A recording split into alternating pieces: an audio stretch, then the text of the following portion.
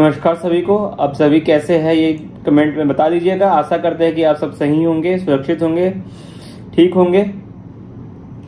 तो आज का जो टॉपिक हम देखने जा रहे हैं वो है Indian remote sensing satellite system के बारे में। इससे पहले भी हमने एक वीडियो बनाया हुआ है कि लॉन्चिंग व्हीकल्स क्या होते हैं, कितने टाइप के होते हैं, कैसे होते हैं, क्या काम करते हैं। अगर आपने अभी तक वो वीडियो नहीं देखा है तो ऊपर जाके आई बटन में क्लिक करके आप उस वीडियो को देख सकते हैं। इस सेशन को शुरू करने से पहले मैं आप लोगों को कुछ चीजें बताना चाहूंगा कि सेशन को लाइक कीजिए, कमेंट कीजिए, शेयर कीजिए और सब्सक्राइब करके बेल आइकन को भी दबा दीजिए ताकि आपको लेटेस्ट वीडियो के नोटिफिकेशंस मिलते रहे। तो आज का टाइम ज्यादा वेस्ट ना करते हुए हम शुरू करने जा रहे हैं Indian remote sensing and satellite system. ठीक है, टॉपिक की शुरुआत से पहले मैं आप सबसे एक चीज पूछना चाहूंगा कि ये जो इमेज मैंने यहाँ पे यूज किया है, ठीक है, इस इमेज का नाम क्या है, इसका ओरिजिनल इस ऑब्जेक्ट का नाम क्या है। ठीक है, ये बात आप मुझे कमेंट में बता दीजिएगा। हम देखते हैं कि आप में से कितने लोग इस सवाल का सही जवाब देते हैं।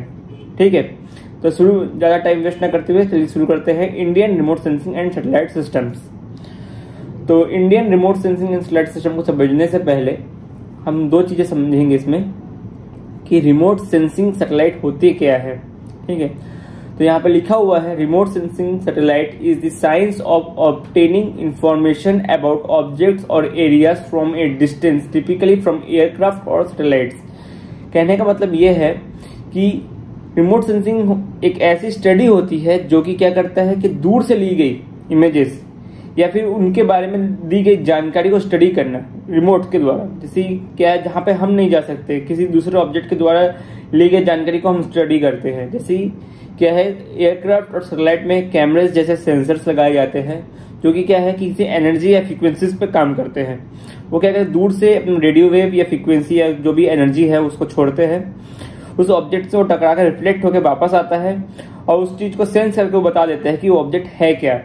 ठीक है, वो ऑब्जेक्ट पहाड़ है कि नदी है कि सी है कि ओशन है, उसका टेम्परेचर क्या है, वो कितने हाइट पे है, वोल्केनो है कि नहीं, कोई गैसेस निकल रही है कि नहीं, ये सारी चीजें हमें वो चीज सेंसर्स बता देते हैं। ठीक है, जैसे यहाँ पे लिखा हुआ आप देख सकते हैं remote sensors collect data bye detecting energy, मतलब उसी सरफेस की जो एनर्जी होती है उसको डिटेक्ट करते हैं। कैसे डिटेक्ट करते हैं, that is reflect from the earth के जो सेंसर जो कुछ रेडियो जो छोड़ा वो रिफ्लेक्ट हुआ वापस सेंसर्स पे गया और उस चीज को डिटेक्ट कर लिया कि वो क्या है। और ये चीज जो होती है 3D में होती है। ठीक है, this sensors can be done on satellite on mounted on aircraft. ये क्या होता है, कहाँ पे माउंट हो सकते हैं, सैटेलाइट पे माउंटेड हो सकते हैं या फिर एयरक्राफ्ट पे माउंट हो सकते हैं। जैसे कि आप सबको पता होगा जो हम गूगल मैप यूज करते हैं, गूगल मैप में कुछ डेटा तो सैटेलाइट्स के होते हैं, लेकिन जो अगर हम बाहर के डेटा देखें, मतलब कि इंडिया के बाहर के कुछ मैप देखें तो आपको ज्यादा क्लियर और 3D व्यूज में दिखते हैं। वो किस लिए दिखते हैं, क्योंकि उसमें वो एयरक्राफ्ट का भी यूज करते हैं, जिसकी वजह से कि हम लोग को वो और ज्यादा क्लियरिटी दे सकते हैं। ठीक है, क्योंकि सैटेलाइट क्या है, बहुत ज्यादा हाइट्स पे होते हैं, उससे कम हाइट पे एयरक्राफ्ट उड़ता है, तो उसकी वजह से भी उन लोग मैपिंग और सेंसिंग करते हैं कि कहाँ पे क्या है। तो remote sensors can be either A passive और एक्टिव, मतलब रिमोट सेंसर्स जो होते हैं वो दो तरीके के होते हैं कि कौन कौन से, एक पैसिव होता है और एक एक्टिव होता है। Passive sensors can response to external simulation, मतलब कि एक्सटर्नल सिमुलेशंस पे वो वर्क करते हैं। दे रिकॉर्ड नेचुरल एनर्जी, जो नेचुरल एनर्जी जो है उसको वो रिकॉर्ड करने के काम आता है। ठीक है, डेट रिफ्लेक्ट्स और emitted from the earth surface. कहाँ से निकलता होगा, एक ही ऑब्जेक्ट है, अर्थ सरफेस से या फिर किसी प्लेनेट के सरफेस से। ठीक है, the most common source of radiation detected by the passive sensor that is reflected from sunlight. जो पैसिव सेंसर है और ये सबसे ज्यादा कॉमन है, और ये जो रिफ्लेक्टेड एनर्जी को डिटेक्ट करता है, ये कौन सी रिफ्लेक्टेड एनर्जी को डिटेक्ट करता है, इस सेंसर्स की सनलाइट की जो रिफ्लेक्टेड एनर्जी है उसको डिटेक्ट करने के काम करता है। कौन सा, पैसिव। ठीक है, पैसिव हमारा सनलाइट के उसको डिटेक्ट करने के काम करता है। अब अगर हम जैसे हमने अभी जाना कि रिमोट सेंसिंग होती है, सिंपल भाषा में बात करें तो रिमोट सेंसिंग कुछ नहीं है। रिमोट सेंसिंग बस क्या काम करती है कि दूर जिस ऑब्जेक्ट तक हम ह्यूमंस नहीं पहुंच सकते, हमारे ऑब्जेक्ट्स पहुंच सकते हैं, जैसे सैटेलाइट या एयरक्राफ्ट, उनमें जो सेंसर्स लगे होते हैं उनके द्वारा उस जगह की गई स्टडी को हम रिमोट सेंसिंग कहते हैं। ठीक है, अगर हम आगे की बात करें तो अब Indian remote sensing satellite systems पे आते हैं। तो हमारा पहला जो रिमोट सेंसिंग सैटेलाइट था वो क्या था, IRS-A1A, ठीक है। IRS-1A जो है हमारा फर्स्ट एक सैटेलाइट था, जो कि कहाँ ऑपरेशन कब हुआ था, मार्च 17, 1988 को सोवियत यूनियन के द्वारा इसको लॉन्च किया गया था, ठीक है। The successful launch of IRS-1A was one of the proudest moment, ये तो होना ही था कि कोई भी चीज हमारा सक्सेसफुली लॉन्च हो जाए तो क्या होता है, हमें एक प्राउड फील होता है इंडियन हमें, ठीक है। और वो क्या था, कंट्री में एक एनर्जी लाया था कि हाँ हम भी अब स्पेस की दौर में आगे जा सकते हैं। आज की दौर पर इसरो काफी ज्यादा आगे है। हमने फर्स्ट अटेम्प्ट पे मंगल मिशन कंप्लीट कर लिया, चंद्रयान 1 को कंप्लीट किया, चंद्रयान 2 को कंप्लीट किया।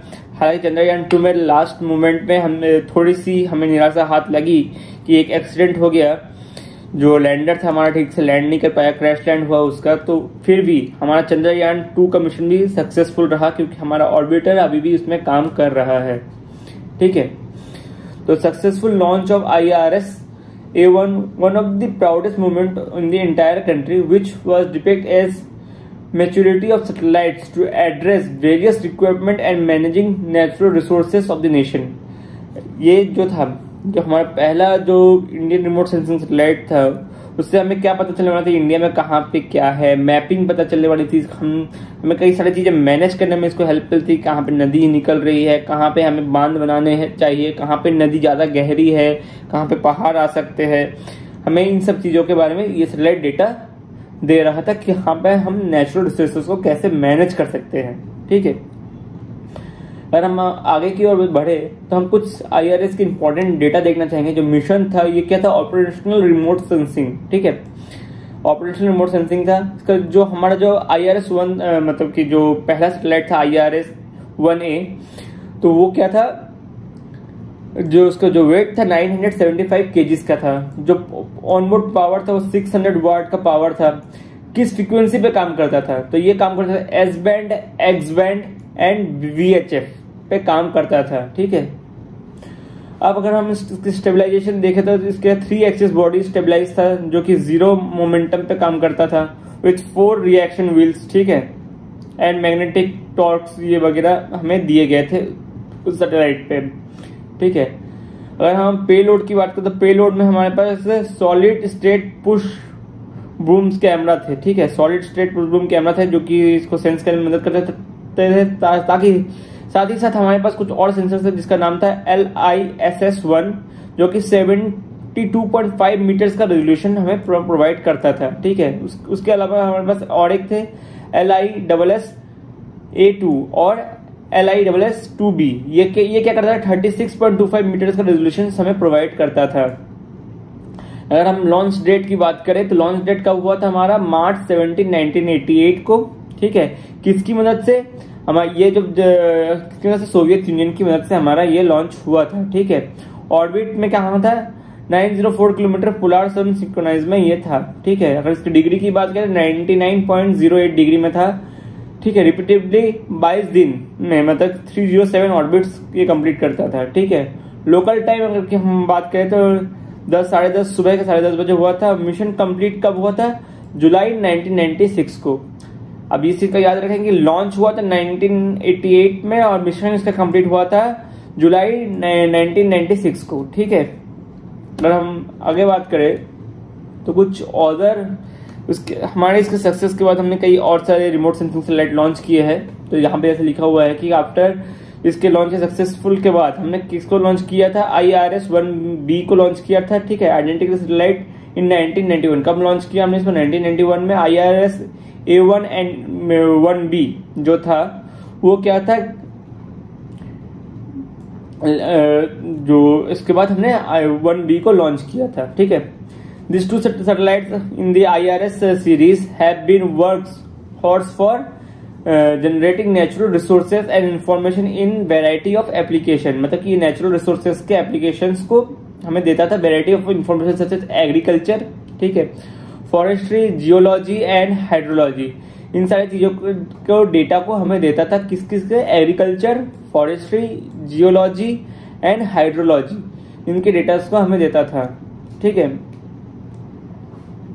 From onward series of IRS spacecraft were launched with the enhance capabilities, मतलब कि जब इसको हम लॉन्च कर रहे थे IRS को, अलग अलग IRS को, तो हमने उनकी कैपेबिलिटीज और पेलोड को बढ़ाया था। ठीक है, ठीक। अब हमारे पास कुछ और भी थे, NRMS, ये भी एक था, नेचुरल रिसोर्स मैनेजमेंट सिस्टम्स के लिए हम इन चीजों का यूज करते थे। ठीक है, which is a nodal agency for natural resources and management for infrastructure development using remote sensing satellite, मतलब कि हमारे जो नेचुरल रिसोर्सेज है उसको हम सैटेलाइट की ये हेल्प की वजह से उसको कैसे मैनेज कर सकते थे, हम इस चीज के लिए हमने IRS का यूज किया था। ठीक है, अगर हम some other information about IRS के बारे में देखें तो apart from the meeting from general requirement definition of IRS, the mission based on specific thematic application like natural resources, जैसे कि हमने थोड़ी देर पहले बात की, नेचुरल रिसोर्सेज को मॉनिटरिंग के लिए यूज किया गया था, ओशियन के मॉनिटरिंग के लिए यूज किया गया, एटमॉस्फेयर के स्टडीज के लिए यूज किया गया, कैटास्ट्रोग्राफी मतलब कि जो भूकंप, सूखा, बाढ़ जहां पे आते थे उनके स्टडीज के लिए यूज किया गया, application results in realization and theme based of the satellite series, मतलब कि इसमें अलग अलग सैटेलाइट के अलग अलग सीरीज थे, लैंड, वाटर, रिसोर्सेस एप्लीकेशन के लिए हमने अलग अलग तरीके के यूज किया। ठीक है, जैसे हमने एक ओशन सेट यूज किया था, उसके बाद हमने इनसेट 3D मैपिंग के लिए यूज किया हमने, फिर कैटोस्टैट सीरीज का यूज किया, इसी तरीके से कई सारे सैटेलाइट सीरीज का हमने यूज किया है IRS की हेल्प से। ठीक है, अगर आपको ये सेशन पसंद आया हो तो जरूर लाइक कीजिएगा, शेयर कीजिए, कमेंट कीजिए एंड सब्सक्राइब कीजिए, और आपको किसी टॉपिक के ऊपर वीडियो चाहिए तो वो भी आप हमें बता सकते हैं, हम उसमें वीडियो बनाने की कोशिश करेंगे। साइंस एंड टेक्नोलॉजी से जुड़े हुए और भी फैक्ट के लिए हमारे चैनल के साथ बने रहिए। तब तक के लिए जय हिंद, वंदे मातरम, थैंक यू।